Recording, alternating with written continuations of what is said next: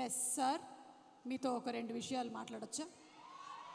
Okay, ఒక విషయంలో ఒక రెండు క్వశ్చన్లు అడగాలనుకుంటున్నాం. సబ్ క్వశ్చన్స్ ఉన్నాయి మాకు.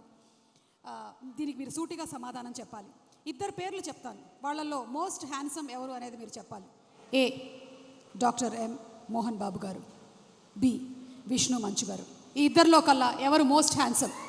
మోస్ట్ హ్యాండ్సమ్ నీ పేరు చెప్తాను అనుకున్నావు కదా, Vishnu. Most handsome boy on the surface of earth. అలా ఎలా చెప్పేశారు సార్?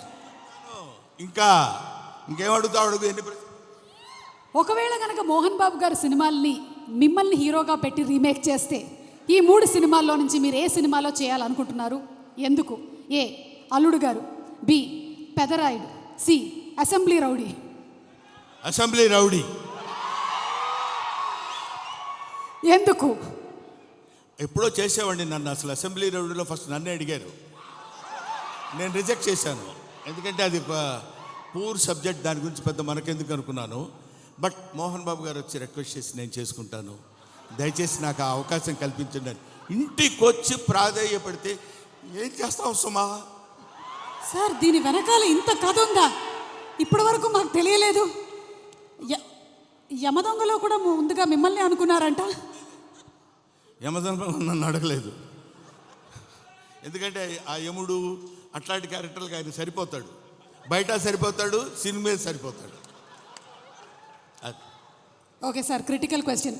మోహన్ బాబు గారిలో మీకు క్రిటికల్ క్వశ్చన్ నీకా నాకా?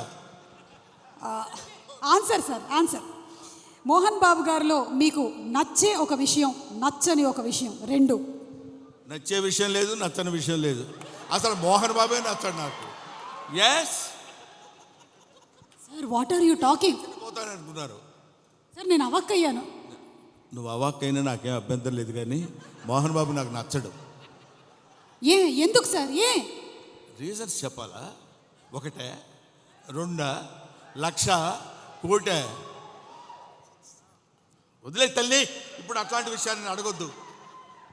ఓకే, సో బ్రహ్మానందం గారు మరికొద్దిసేపట్లో స్టేజ్ మీదకి వస్తారు, ఇంకాసేపు ఇక్కడే ఉంటారు. కాబట్టి ఇంత చెప్పిన తర్వాత ఇక్కడ ఉండడం కొంచెం కష్టం అంటారా?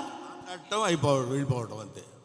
ఓకే, మరి ఇంకా ఆలస్యం చేయకుండా మా హాస్య బ్రహ్మ, ఇందాక ఆయన చెప్పినవన్నీ సరదాగానే ఆయనకు మోహన్ బాబు గారు అంటే చాలా ఇష్టం. ఎస్, ఒక మహానటుడిని ఇష్టపడిన వాళ్ళు ఎవరు ఉంటారమ్మా? అంటే నేను